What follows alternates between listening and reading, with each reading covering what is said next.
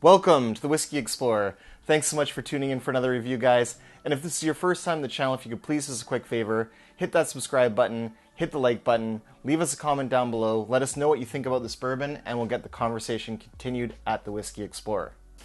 And tonight, guys, we've got an interesting review for whiskey tonight. We have got some Old Forester. We've got Old Forester 1910 Old Fine Whiskey.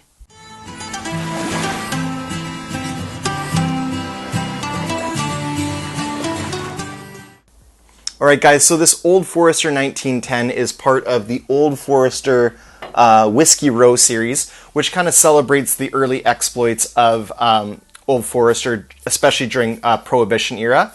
And this one here is actually interesting because it's actually a double oaked product, and the second barrel that they use is actually incinerated to the point where it will hardly hold any whiskey anymore.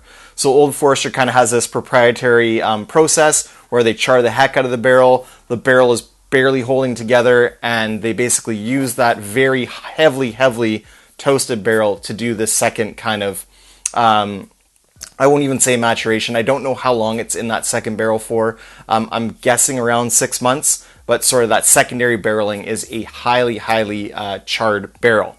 All right, so I've heard a lot of great things about this whiskey here, but unfortunately it is one of the Old Foresters that we do not get here in Canada.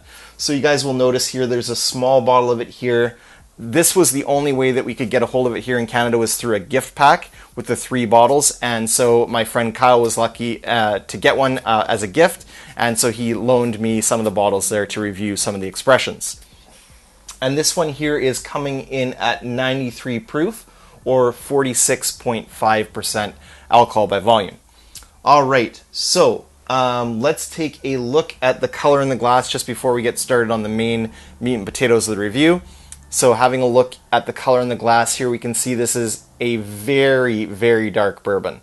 This is gonna go up there with like the darkness of, say, the Old Forester, or sorry, not the Old Forester, same parent company but different distillery. The Woodford Reserve Batch Proof is extremely dark, just like this. So very dark color, and I'm assuming that a lot of that color is coming from the secondary heavily charred oak cask. So very nice, inviting, deep, dark, really rich kind of molassesy mahogany color to this one. Very inviting to look at in the glass. All right, so people who love this, they really love this. So let's go ahead and see if I'm one of the fans. All right, let's go in on the nose here, guys. Cheers.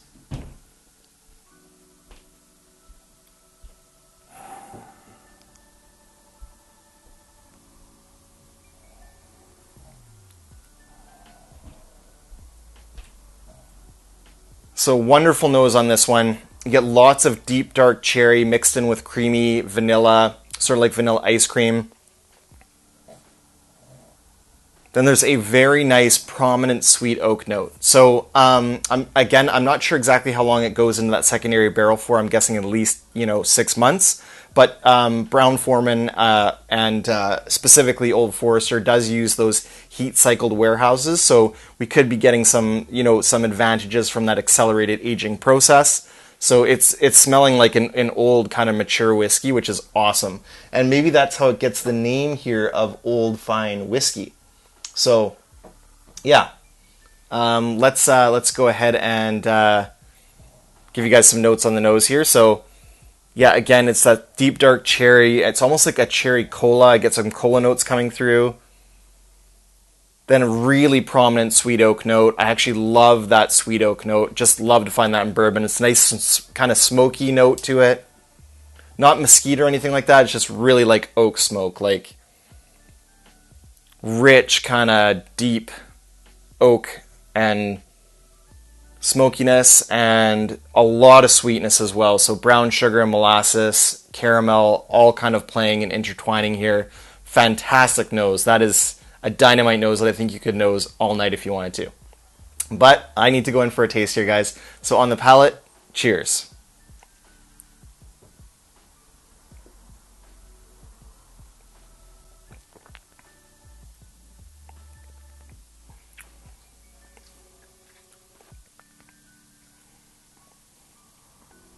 Wow, that is a nice bourbon. It's a little bit different, which I actually like. I like that it's a little bit unique. It's got its own thing going on, its own flavor profile. So it isn't like your run-of-the-mill bourbons, not in my opinion, and it's also, in my opinion, not like a regular toasted bourbon. It's really got a lot of character. This is driven really by that sweet oak note. So it's like smoky and oak and some nice spices coming into play here in the mid palate. So there's some cinnamon, nutmeg, a lot of clove in here, maybe some allspice as well. So like baking spices are coming into play in the mid palate. But what I also enjoy about this is that when I sipped it, it was actually mouth coating as well. So my mouth is still actually coated, and like for this percentage, like 93 proof, 46.5%, not typically something that we'd expect for that. So that's very welcome and enjoyable. There also is a deep, dark, rich cherry note. So whereas with the 1897, that cherry note was very kind of young cherry, undeveloped, not ripe, this is like a deep, dark cherry note. And it holds through like the mid palate. The finish kind of transitions to more of the vanilla ice cream type thing, which is also very enjoyable. And the other thing that I got near the beginning to mid palate was a cola note. So that is actually what I was picking up on the nose. So this is a dram where the nose transfers to the palate in a very good way. I'm really enjoying this one, guys. So I'll go in for another sip here. So second sip, cheers.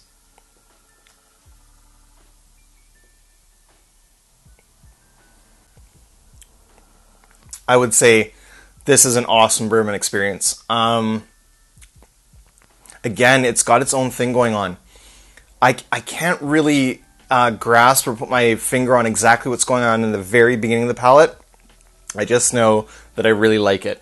And what I think it is like vanilla cherry cola mixed in with that sweet oak note. And I think they're just, honestly, I think it's like laser focused on those two tasting notes, and they just drive really hard at the palate. Like, it's a good burst of flavor, especially for this proof point. Really impressed by this. There's a lot of brown sugar as well, a little bit of caramel sweetness, and then it transitions to a beautiful spice note. So we're talking like strong cinnamon, clove, nutmeg, the cherry lingers, and that's what I was going to mention as well, is that at the beginning of that sip, I had my nose in there pretty good. I got a nice hit of that nice deep dark cherry note. We got a transition here to some vanilla mixed in with those spices. Fantastic dram all around. And that is frustrating because I can't get it here. So I really hope that our province-controlled liquor board gets their act in order and we can see 1910 on the shelves, because it's a fantastic whiskey and I know a lot of people here are missing out on it.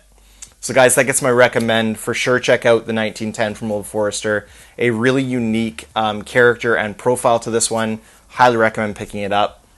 I can't say what the price is here. I can just tell you guys that the 3-pack of the 375 milliliters was $109 Canadian here. There were some sales in Alberta putting at about $90, and for $90 you get the Bald and Bond, the 1910, and the 1920, and for that price, it's a steal.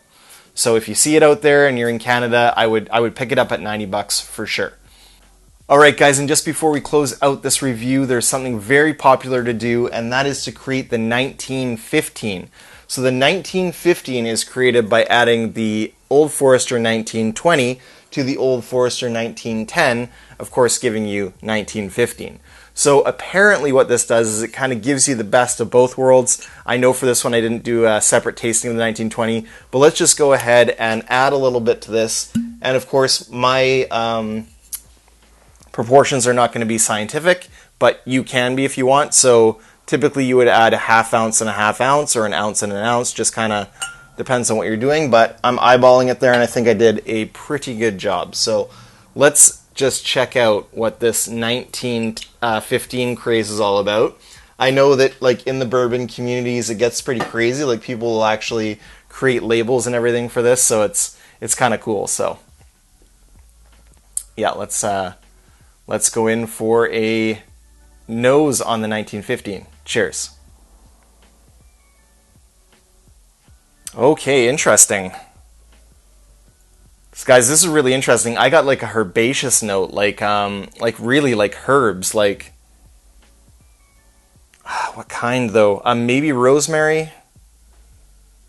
Definitely some dill for sure. So maybe some of that rye from the 1920 is coming through here, because I certainly wasn't getting that on the nose of the 1910. Let's go in for another nose.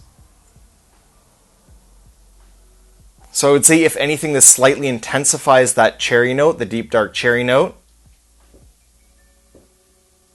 Mostly that deep dark cherry note coming through, and also a nice sweet oak note. There is a little bit of cinnamon spice there in the background, a little bit of caramel and butterscotch as well. Let's go in for a taste on the palate of the 1915. Cheers.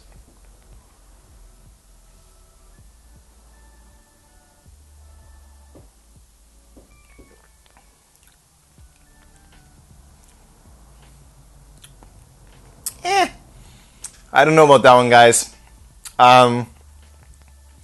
You know how we say when we're kind of mixing two whiskeys, especially ones that have been from the same distillery, like you might mix a Larson barrel proof with an ECBP barrel proof, an Elijah Craig barrel proof, and the idea is that you're getting the best of both worlds kind of combined.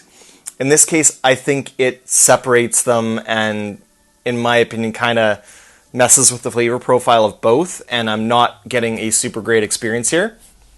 I'll go in for another quick taste here. I can try to tell you guys what I'm getting on the palate here.